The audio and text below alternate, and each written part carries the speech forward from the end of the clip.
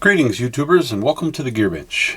This video is part 3 in a series on performance nutrition for backpackers, where previously we discussed options for both optimal trail fuel and recovery. I recommend you watch those first if you haven't seen them already, as some of that foundation will be referenced here.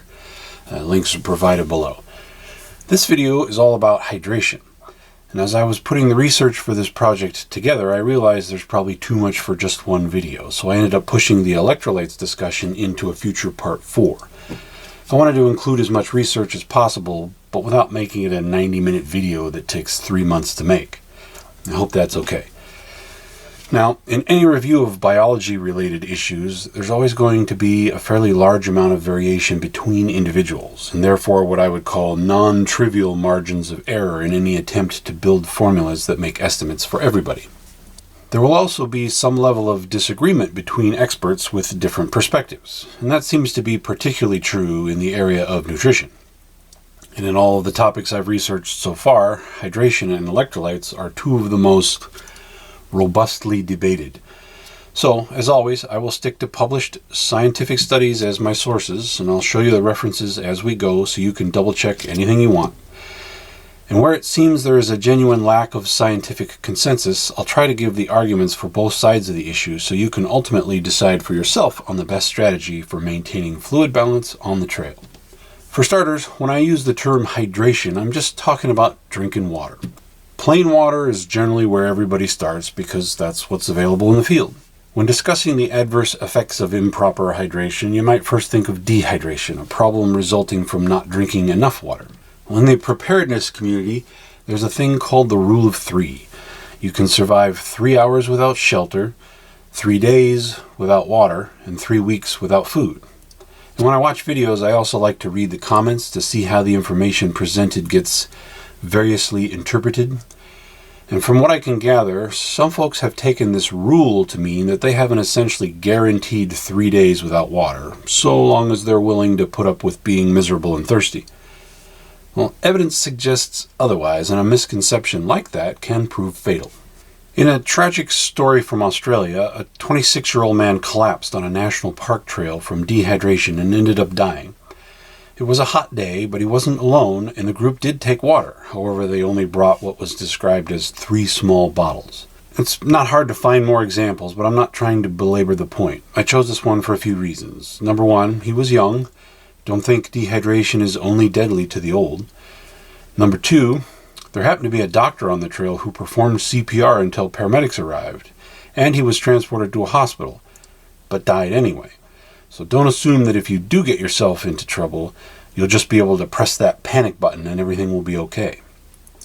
And number 3, this wasn't some dangerously remote stretch of the deep back country or the result of getting lost. It was an 8-kilometer tourist's loop. That's just 5 miles.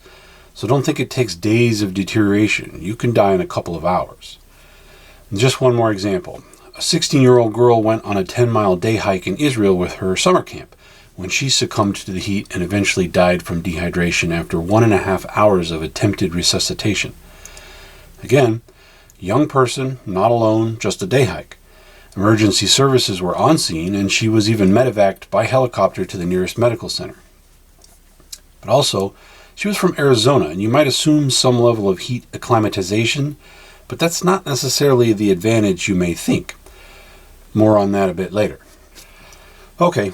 Enough scaremongery. I know I'm not your dad. You kids make sure to take enough water and bring a hat. It may sound like it, but it's actually not a paradox to point out that you can get yourself killed rather easily if you're unprepared, while at the same time acknowledging it's really not that hard to stay safe if you're careful.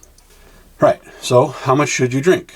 Well, the short answer is exactly as much as you sweat. How much is that, and how can I measure it? Well, one recommendation is to weigh yourself naked before and after exercise to measure your loss in body mass. That number should be an approximation of the water you sweat by weight. Work out for 60 minutes in an environment similar to what you plan to hike in and get on the scale. Bingo, your hourly sweat rate. And here's a handy site for converting water volumes and weights. They have both a table and a calculator so you can input your own values. Now, some of you are screaming at me already. I know. There are practical problems with this method. You must avoid urinating, defecating, or eating during the test, or it will throw the numbers off. And what if you can't simulate your hiking environment? You may not have access to anything like it from where you live and train. What if you don't have a scale? In order to give you some baselines with which to start your own calculations, we go once again to our hardworking scientists. Search for how many liters of water should you drink each day, and you'll no doubt get a variety of answers. It's one of those areas I mentioned at the beginning where reasonable experts can disagree. And this article at newsmedical.net, however, points out that at least some of the discrepancy can come from how water intake is reported. And that is to say, whether it is from fluids alone or if you also count the water in foods you eat. According to a study carried out in the U.S. and reported by the Food and Nutrition Board of the Institute of Medicine of the National Academies, drinking beverages made up 81% of total water intake on average. Thus, water and food provided approximately 19% of water intake for those surveyed. Well, backpackers should take note of this little tidbit because we don't eat an average menu on the trail. Specifically, we tend to go out of our way to strip all food of water weight to improve calorie density. Fruit becomes dehydrated fruit. Smoothies get traded for dry nutrition bars. And if you've diligently dehumidified your entire food bag, you'll have to drink more actual fluid than many of those daily recommendations prescribe, including more water than you may be used to consuming at home. The article also notes, your recommended fluid intake actually depends on how much food you consume. On average, people need 1 to 1.5 milliliters of water for each calorie they consume. For a person consuming 2,000 calories, this corresponds to 2 to 3 liters of fluid per day. Once again, consider that backpackers are different. Many aim to pack around 3,500 calories per day, and that means from 3.5 to over 5 liters of water. Now adjust that because you're carrying dry food. If those 5.25 liters of water were presumed to be the fluid 81% of a normal menu, a diet with no inherent water means you really need 6.5 liters of water to wash down all those calories. And we haven't even gotten to the exercise and sweat part yet. But let's pump the brakes for a minute. That 6.5 liters of water per day is the dry adjusted upper limit of the recommended intake. It's a luxury amount. And as hikers concerned about water weight, many of us might be more attracted to that lower limit. So instead of 1.5 milliliters of water per calorie, let's refigure it for 1 milliliter. That gives you 3.5 liters per day on a 3,500 calorie ration. If your pack snacks are literally H2O free, your dry food adjustment bumps that up to 4.25 liters. But short of actual freeze-dried food, most everything else has at least some water content. So let's round that number down to an even 4 liters. Yes, fudge factors have begun to fly. I need to acknowledge that for my fellow skeptics. But you can't do fine math on numbers with large error margins and forget that the answer will also bear that uncertainty. Just saying. Right, so there's a couple more adjustments to this daily number that we can consider. First off, it's just a baseline, an average, so to speak. It doesn't consider the modifiers of effort and environment. Shopping and dining in Denver isn't as thirsty work as trekking through the desert. And this is where sweating can make a big difference. Now, when you're Googling around for the amount of sweat lost in an hour, there's no shortage of results. The problem with almost all of these answers, however, harkens us back to part 1, where I commented on how virtually all of the qualified scientific studies done in these areas relate to competitive athletes like runners and cyclists. And as previously discussed, those exertion levels don't particularly apply well to hikers. So you can just imagine my delight when I finally came across this study done by the Gatorade Sports Science Institute and published in the Journal of Applied Physiology. Researchers put 7 male and 4 female subjects through 90 minutes of exercise in a controlled environment of 30 degrees C at 40% relative humidity. They then measured how much sweat was produced. And here's the part that caught my eye. They ran the test at 2 different exercise intensity levels. One was at 65% VO2 max, about the pace of a marathon run, but the other level was 45% VO2 max. That's our level. Well, at least it's the level of intensity we've been using as an estimate for hiking. Again, recalling from part 1. Every once in a while you get lucky, right? Anyway, it's perfect because this time we don't have to adjust a number that's already an estimate. And their results for whole body sweat loss at the low workload were as follows. Now, remember that 0.86 liters was for 90 minutes, which works out to 0.58 liters of sweat per hour when hiking on a warm day. And if we keep chasing those lower limits just to be ultralight minimalists, the margins of error on that will be plus minus 1/10 of a liter, or for the sake of round numbers, a half liter of sweat per hour. Now, if we were to try and get some practical application out of this number, it might look something like this. Wait, what? Nope, that's the wrong formula. Disregard that. All right, where was I? Pretend it's a warm summer day and your trail map says the next watering hole is 6 miles away. If we assume that exertion at 45% VO2 max is a hiking speed of 2 miles per hour, the upcoming leg will take 3 hours to complete. At a half liter per hour, you'd want to make sure you fill up with at least 1.5 liters before you set out.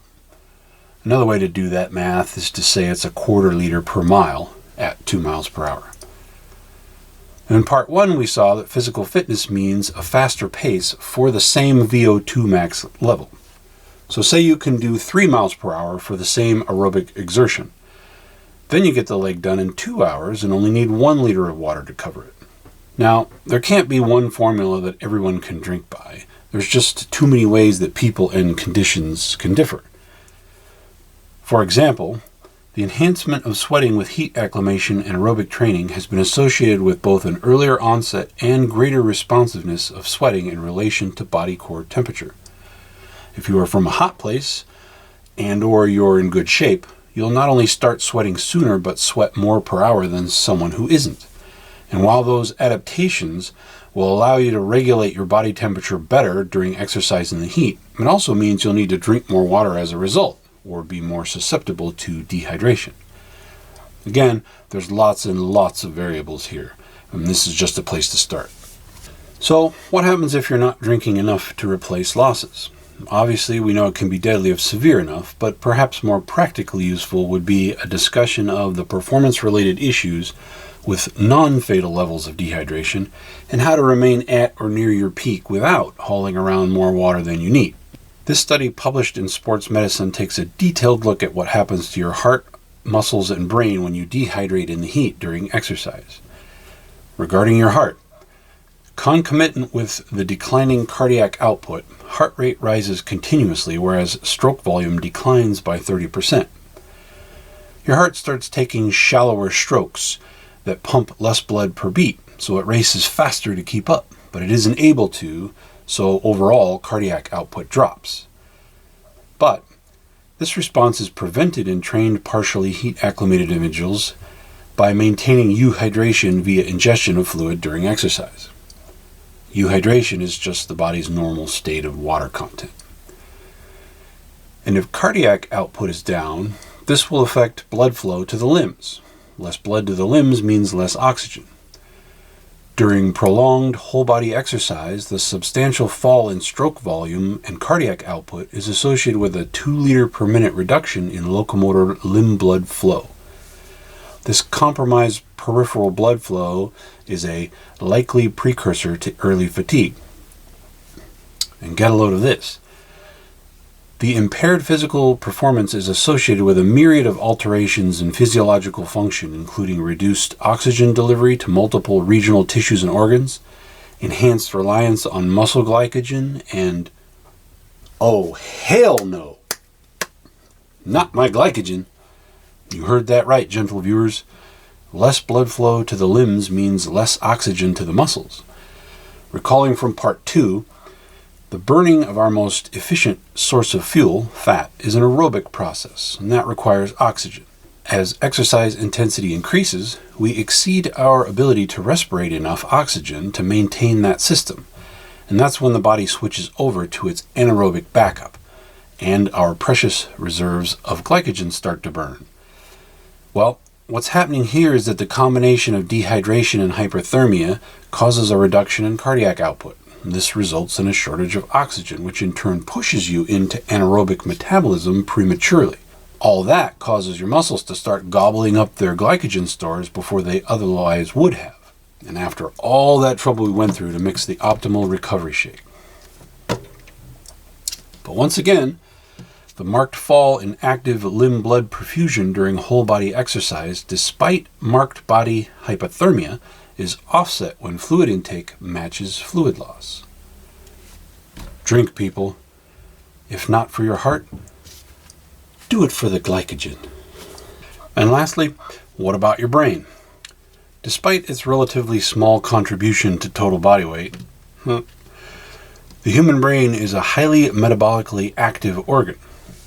It accounts for about 20% of your whole body aerobic metabolism and sucks up around 15% of your resting cardiac output. But the brain does not have the capacity to store oxygen, and so the maintenance of its high metabolic demand is dependent on the circulation. Cerebral blood flow can be markedly reduced by as much as 15 to 25% when hypothermia develops. And the development of dehydration during prolonged exercise in heat causes further cerebrovascular instability by hastening the decline in CBF, concomitant with an elevated hyperthermia, tachycardia, and early fatigue. When you see the symptoms of severe dehydration, including things like sleepiness, lack of energy, confusion, or irritability, this may have something to do with that. And then again, those are all symptoms of the internet being down. But, on the other hand, the reduction in CBF is attenuated when fluid intake matches bodily fluids lost through sweating. Water to the rescue again. So, that's a lot of creepy stuff happening inside when you start to dehydrate, but there are two questions we might ask. One, how much dehydration can we tolerate before our performance is affected? And two, what is the actual performance handicap? And as far as when dehydration starts to become a performance problem, an excellent and fully referenced review article was published in Sports Medicine. In regards to exercise performance, there is an overall consensus in the literature that dehydration greater than or equal to 2% body mass represents a threshold at which aerobic exercise performance or endurance becomes impaired. Of course, everybody is different, and some people are more susceptible to dehydration than others. Or to rephrase that more precisely, some people's athletic performance will degrade at lower percentages of dehydration than others. To give you an idea of the statistical distribution of dehydration sensitivity, so to speak, the authors reviewed 34 exercise dehydration studies that included 60 separate observations, and they produced the following chart. As you can see, at 2% dehydration, a little more than half the observations reported impaired performance. At 3% dehydration, more than 60% saw a performance drop. And at 4% water loss, the probability of being impaired is over 90%. The drop at 5% is probably just a statistical blip due to the small number of observations, and while the sample sizes get very small, 100% of observations showed impairment at 6 and 7% dehydration. For most people, it would seem that performance problems start somewhere in the 2 to 3% dehydration range. As for how much your performance degrades, it generally starts around 2% dehydration and gets worse the drier you get. One of the studies reviewed examined trail runners. At 2% dehydration, run times were 5% slower. And from the previously mentioned article on the heart, muscles, and brain, the authors reviewed a study involving cycling time and 4% dehydration. They also looked at how temperature works in combination with water loss. What they found was that at 50 degrees, being 4% dehydrated only costs you 3% in performance. But at 68 degrees, it goes to 5%. And at 86, the performance decrement more than doubles to 12%. And should you be exercising in 104 degree weather while moderately dehydrated, expect your route to take 23% longer. Now, I should point out some apples to oranges issues here. For starters, the one study used a range of temperatures while the other one only looked at one temperature. What I wanted, though, was a temperature chart like the one for 4%, but calibrated to 2% dehydration instead. Well, if you'll permit me, I will engage in some more patented gear-skeptic fuzzy logic. To start with, I took this graph that collected data at every 10 degrees C and filled it in so the columns now run every 5 C. And I did that just by interpolating values halfway between each data point. And while that is an assumption of sorts, I think it holds the original curve of the graph fairly well. I then took our lone data point from the study using 2% dehydration and located it on this temperature continuum in order to compare it to the 4% dehydration decrement at that same temperature. The 2% dehydration study used 26.5 degrees C and found performance reduced by 5%. Using the temperature continuum, I located the performance decrement for a 4% dehydration at that same 26.5 C, which came out to 9.5%. Then I just divided to get the conversion factor between the two dehydration levels for any given temperature. As it turns out, the relationship is fairly linear. For half the dehydration level, you get about half the loss in performance, at least at the one temperature for which we have data at both 2% and 4% dehydration. It's possible the conversion factor could grow with increasing temperature. I just don't have that data. So when I constructed this temperature continuum for 2% dehydration, I used the same multiplier for all temperature bands shown. To that extent, the bars between 20C and 30C are probably the least subject to unknowns. So, is there a practical takeaway from this hypotheoretical exercise? I'll try. If you're on trail in 80-degree weather and you allow yourself to get even mildly dehydrated, you're looking at a 5% slower speed. And that means your usual 3 miles per hour becomes 2.85 miles per hour. So for every 10 miles hiked, it will take you 10 minutes longer. For that big 30-mile day, you'll drag into camp more than a half hour behind your well-hydrated friend. Again, though, that would only be on an 80-degree day. It's worse if it's hotter and better if it's cool. So to give you an idea of what 2% dehydration costs you at different temperatures, I applied these calculations to our latest continuum to produce one more graph. As you can see, being mildly dehydrated only costs you a few minutes per 10 miles traveled on cool days. But it can leave you a full hour behind schedule at the end of a 30-mile stretch on a hot one. Now, just to reiterate yet again, bear in mind the history of assumptions that were required to get us here. And even so, at least for me, it serves to put the issues at hand into some kind of perspective.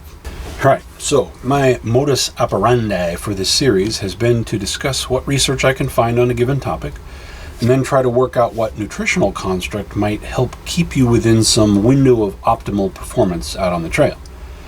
Well, you've seen the research, and the window of optimal performance this time is plus or minus 2% dehydration.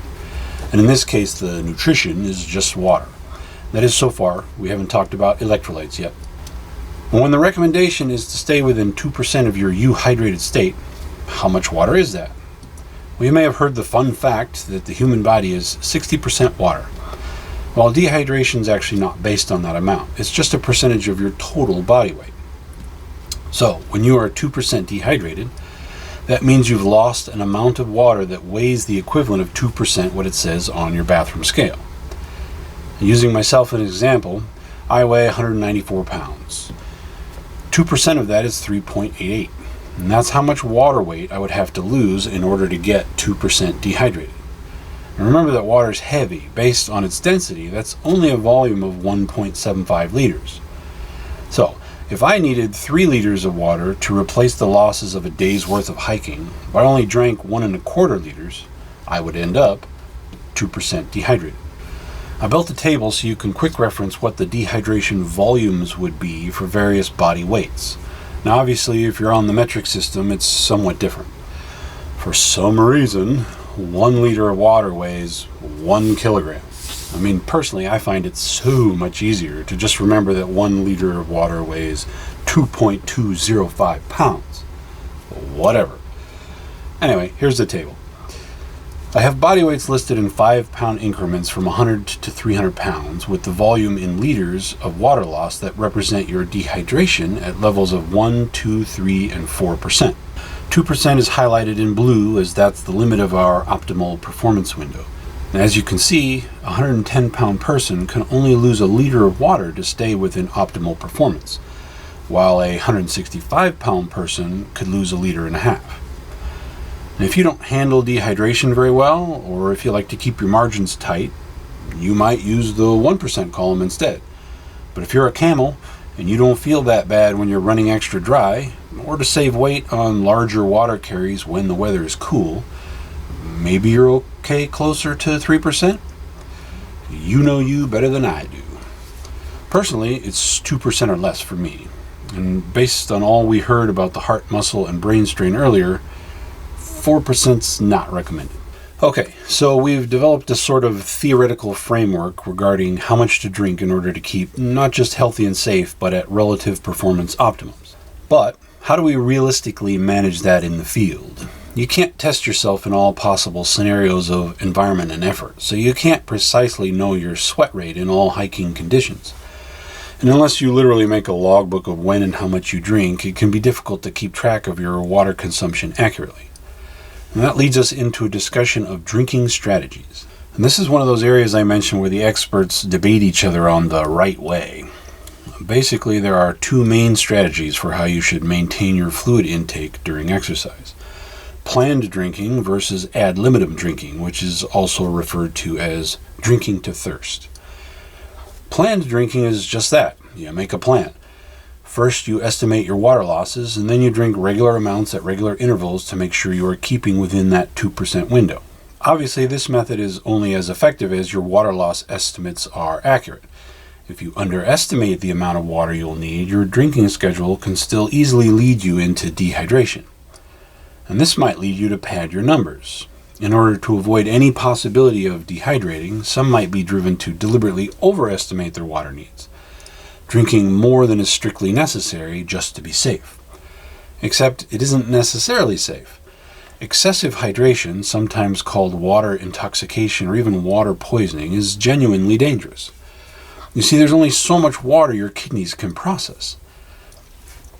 The water excretion rate of a healthy adult is about 20 liters per day and does not exceed 800 to 1,000 milliliters per hour.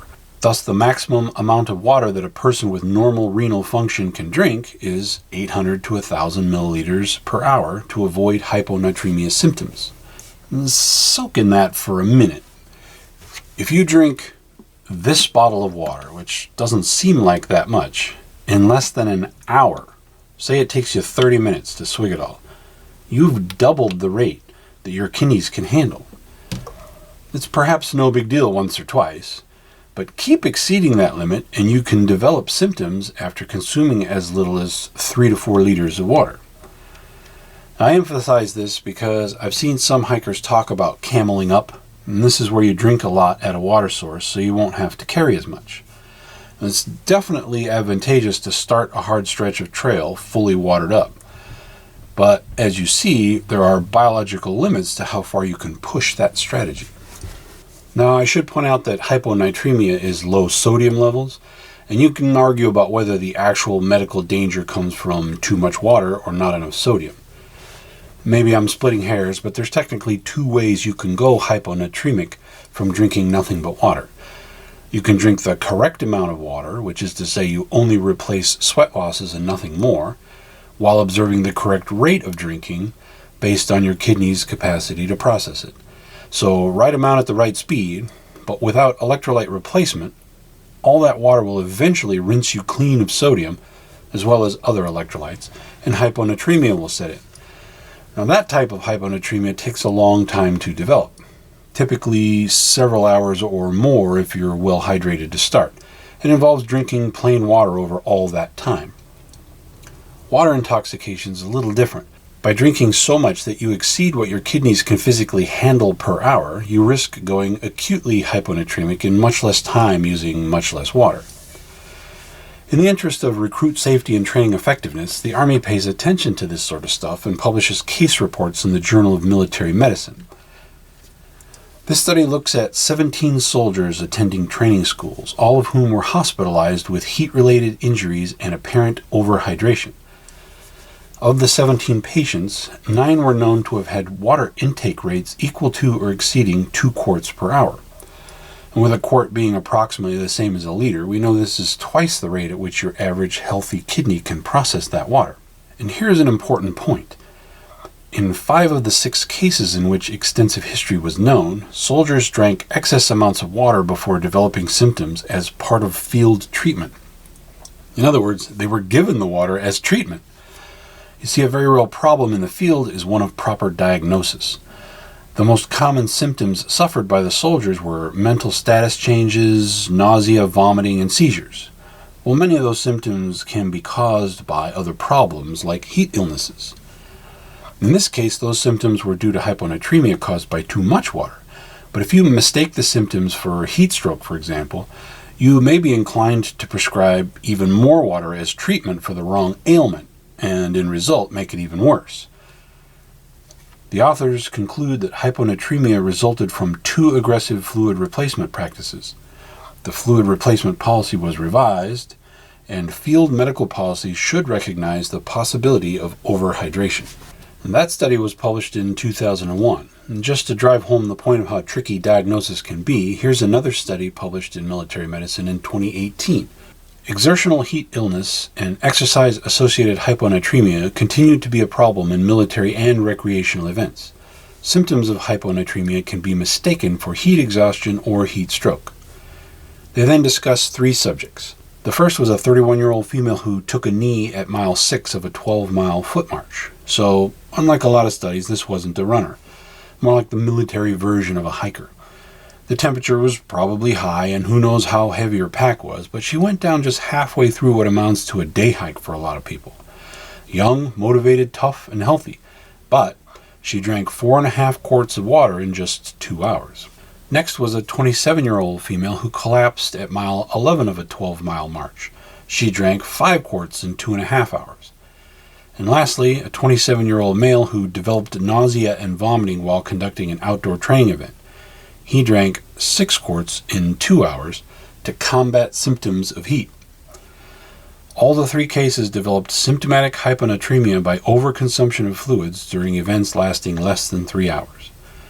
The authors state, depending on severity of symptoms, exercise-associated hyponatremia can be managed by fluid restriction, oral hypertonic broth, or with intravenous 3% saline. They also suggest ad libitum drinking during field or recreational events of up to 3 hours to prevent symptomatic hyponatremia while simultaneously limiting significant dehydration. Again, we're talking about capable people in supervised events with adequate resources.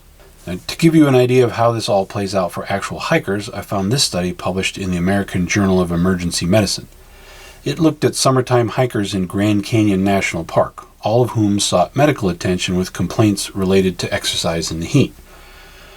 Of 44 patients who had serum samples analyzed, 7 had hyponatremia with clinically significant symptoms. 3 had grand mal seizures, 2 had other major central nervous system disorders, and 2 had minor neurological symptoms. The authors state, indirect evidence suggests that hyponatremic patients were hyperhydrated. For diagnosis purposes, they also state that common symptoms like nausea, vomiting, headache, and dizziness did not predict hyponatremia, probably because those are also symptoms of a lot of other conditions. What distinguished hyponatremia from other heat-related problems was either altered mental status or seizures. On a positive note, all of the patients discussed in this section recovered with no long-term morbidity, and that's despite some of them having been hospitalized with seizures, convulsions, and in one case, a coma. But sometimes people do die. It seems like every few years an endurance athlete dies from exercise-associated hyponatremia caused by drinking too much plain water. In a nutshell, hyponatremia causes swelling. That swelling is most serious in the brain where it's least tolerated because of the skull's enclosure. If it gets bad enough, you collapse and die. According to the professor who analyzed this case, the athlete drank mostly water during the race and did not take in enough minerals. And what makes this particularly tragic is the fact that the organizers supplied plenty of salt and beverages with minerals at the aid stations. Now, unfortunately, he just kept drinking these while passing by these. Now, these types of over-drinking episodes are what fuel the drinking strategies debate amongst experts. In fact, it was the Ironman death in Frankfurt that prompted Dr. Tim Noakes to tweet, "Another avoidable death from hyponatremia. Can't happen if athletes advised to drink to thirst, not to schedule." This point is well taken. rigidly adhering to a planned drinking schedule can involve swallowing a lot of water when you are in fact not thirsty. Whereas if you follow a policy of ad libitum drinking, that won't happen. Now that almost seems like it should end the debate. Why risk water intoxication when you just do what probably most people do anyway? Wait until you are thirsty to drink. Well, as usual, it's a bit more complicated than that.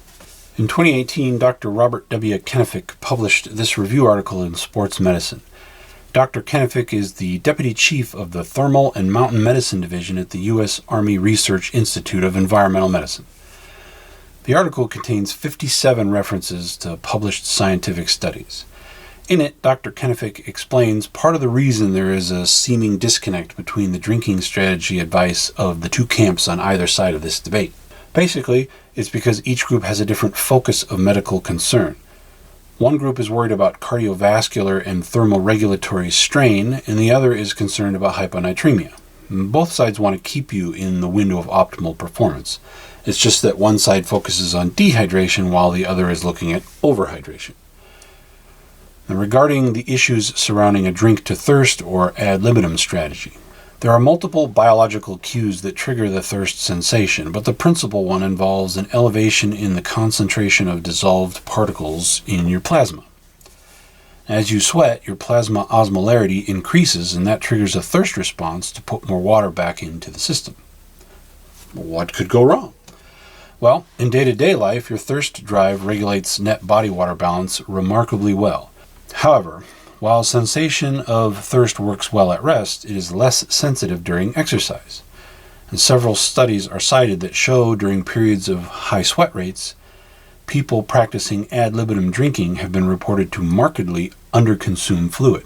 In fact, one study reported that when drinking ad libitum, subjects consumed approximately half of the fluids lost during exercise in cool and hot environments. As you can see, whether subjects were treadmill walking at 24C or 49C, they replaced only 50% of their sweat losses by drinking to thirst. And in a review that examined 14 marathon studies conducted in temperatures ranging from 10 to 28 degrees C, with runners of wide-ranging abilities, it was concluded that ad libitum drinking commonly led to excess dehydration, greater than 2% body mass loss. So, as with a lot of things, it's not a simple question of which drinking strategy is truly best. The answer is it depends on the circumstances. An ad libitum strategy appears to be sufficient in the following situations: lower intensities, particularly those in cooler weather, shorter durations, or for individuals who are less concerned with performance. But drinking to thirst has been shown to be inadequate in these situations: significant sweating, either hot environment or high intensity, events lasting longer than 2 hours, or during which fuel intake at a particular rate is desired. Long-distance hiking seems to fit more of the second set of criteria than the first. Basically, the idea is that drinking to thirst only replaces a fraction of what you lose. On short trips or in cool weather, when there isn't much sweat loss, any deficit won't likely be enough to matter much. But on sweatier trips, or those that last long enough, the water deficits you accrue are likely to become large enough to eventually have an adverse effect on your performance. Now, a couple of reasons are put forth why this might be so. One is that during exercise, there's so much going on biologically speaking that the body's chemical thirst signaling mechanisms become somewhat muted. The signals get a bit lost in all the noise, so to speak, and they don't end up being as strong as the actual physical need. And the other has to do with oropharyngeal cues. That's fancy doctor talk. But the idea is that when you take a drink, the wetness in your mouth is part of the whole system that suggests when you've had enough. And in the case of longer water balance challenges, oral wetness cues routinely make your mouth feel satisfied before your body is. Thus, you slip a little further and further behind with each trip to the bottle, because each time you stop drinking too early. In any event, the study does recommend for longer bouts of exercise that you learn to estimate your body's water loss and develop a flexible plan to drink it back, at least to within 2%. Otherwise, you risk all the cardiovascular strain, hyperthermia, and performance loss that comes with excessive dehydration. However, this caution is included. When consuming fluid according to a predetermined program, it is important to never consume so much fluid that weight is gained. Now, maybe at this point you're thinking, look, buddy, this is not my first rodeo. I know how to drink and I've never had a problem. I have a few responses. First is, of course, that I have no reason to doubt you. You are dialed in and good to go. But, and there's always a but with me, just bear in mind that most of these studies used experienced competitive athletes, and even the elite among us have been shown to routinely underhydrate on long events. From the Greenleaf study, subjects reported feeling fully recovered and were not thirsty despite having a water deficit of 4 to 5 liters. Now, that's a substantial amount of dehydration. For a 170-pound person, 4 liters would be off the chart I made, being over 5% loss by weight. I suspect that it's easy to conflate symptoms with other causes. You could easily mistake not feeling 100% on not having eaten enough or not getting enough sleep. You could chalk up a tough day to the terrain or, more likely still, the temperature. But it might be that your water is also a little low and you never realized it. Anyway, I'm really not trying to convince you that you've been doing it wrong. It's just that even experienced athletes can significantly underestimate their level of hydration. And with that, I will let it go. Okay, this is where we are so far. Hiking fits the criteria for an event where drinking to thirst is likely to end up with dehydration significant enough to result in performance loss. Planned drinking is therefore recommended, however, there are issues with this strategy. First is safety. Make sure you never drink more than you lose. The rest is practical. That advice is for competitive athletes, probably with personal trainers and access to things like clinics where they can be weighed, measured, and monitored to a degree not necessarily available to the layperson. Also, hiking isn't an extremely well-rehearsed event on a known course. The variations in exercise conditions for a backpacker are vastly greater than for a marathon runner. So being able to pre-measure and compute your water needs is considerably less practical. Fine, but where does that leave us? Well, as succinctly as I can put it, look upon your pea, an amber tail to see. Health is watery. In all seriousness, urine color charts are all over the place. Here's a good one from healthline.com. Now, there are multiple advantages to this particular metric. For starters, it doesn't require any calculation or counting. You don't need to try and measure your sweat rate or keep track of how much water you're drinking. Just look at your pee. If it's the wrong color, adjust your water intake. And that's another thing I like. The system reveals deviance in both directions, whether you are under or overhydrated. If your production is too dark, drink more. But also, if your urine comes out as clear as the water you're drinking, that's more than you need. And what's wrong with that? Isn't it better to make absolutely sure you're all the way hydrated? Tactically speaking, no. From a health perspective, you can't get any clearer than clear. There's no way to know if your urine is just barely clear or way too clear. You could be in the process of water intoxicating yourself into hyponatremia. And from a practical backpacker's perspective, you're both treating and carrying more water than necessary, incurring extra weight and at least mild risk for no additional benefit. Lastly, it's a litmus test you can take periodically, adjusting consumption as needed without having to sweat all the details of calculation attempts. How often is periodically, by the way? Well, according to bladderandbowel.org, most people urinate between 6 and 7 times a day, but from 4 to 10 is still considered normal. And just really quick, if you sleep for 8, that leaves 16 waking hours a day, and if you pee 5 to 6 times throughout the day, leaving at least 1 for the middle of the night, that means on average you should be going roughly every 3 hours or so. So as a loose rule of thumb, if you're 4 hours into a hot leg of your hike and you haven't watered a tree, consider that a yellow flag you might not be drinking enough. And then lastly, the color method allows for a pretty decent margin for error in your drinking rate. Any lemonade or light beer means you're fine. Even an amber color is no need to fret, but suggests mild dehydration is approaching. The term mild usually coincides with our optimal performance limit of 2%.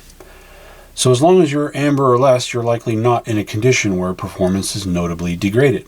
But if you start dribbling out burnt orange juice, the hike is probably going worse than it should. Alright, well, it sounds good, but how accurate is this way really? Well, I actually found a study that speaks to that. While the authors admit there is no gold standard for assessing hydration status, they do include urine color among the methods deemed to provide reasonable results, especially when the analysis is based on the first morning urine sample. Now, I should note the subjects in this study were nursing home patients, but the author didn't qualify his conclusions based on that. Take it for what it's worth. Alrighty then, it's summation time. Dehydration exacerbates hyperthermia by reducing your ability to thermoregulate with sweat. It also reduces plasma volume, which in turn reduces cardiac output, and that reduces oxygen delivery to the muscles, which increases reliance on muscle glycogen, the stuff we worked so hard to preserve in Part 2 on recovery drinks. Now, all of this hurts your athletic performance on the trail, resulting in early fatigue and making it take longer to get to camp. So maintaining hydration levels to within 2% of body mass helps prevent this and optimize performance. As for how to manage hydration levels on the trail, for long events where sweat losses accumulate and where fuel must be taken in as you go, drinking to thirst has been shown to hydrate at only half the amount of losses, leading to eventual performance-hampering dehydration. But planned drinking presents the risk of hyponatremia through overhydration and has practical limitations in the field of widely varying conditions and environments. So monitoring of urine frequency and color may be a reasonably accurate method that is also practical to apply on trail. However, it's not a waste of time to determine your approximate sweat loss per hour. It might still be useful for estimating how much water to carry between refill opportunities. Use the study performed at 45% VO2 max for sweat loss per hour at a hiker's approximate level of exertion on a warm day, and consider adjusting this sweat rate modifier by the following criteria if applicable. Downward on a cool day, upward on a very hot day. Upward if you are heat acclimated or aerobically fit, as both of these adaptations increase how soon you begin to sweat and the amount you'll sweat per hour. Then apply your resulting sweat rate estimate to the distance from your next water resupply point to approximate how many liters to carry on that leg of your hike. And I'd advise rounding up for safety, as sometimes reported water sources turn out to be dry. And that's all I got for how to drink water. In Part 4, I will finally attempt to address the sodium elephant in the room. And until then, never be thirsty, my friends. As always, thanks for watching, and I very much appreciate your time.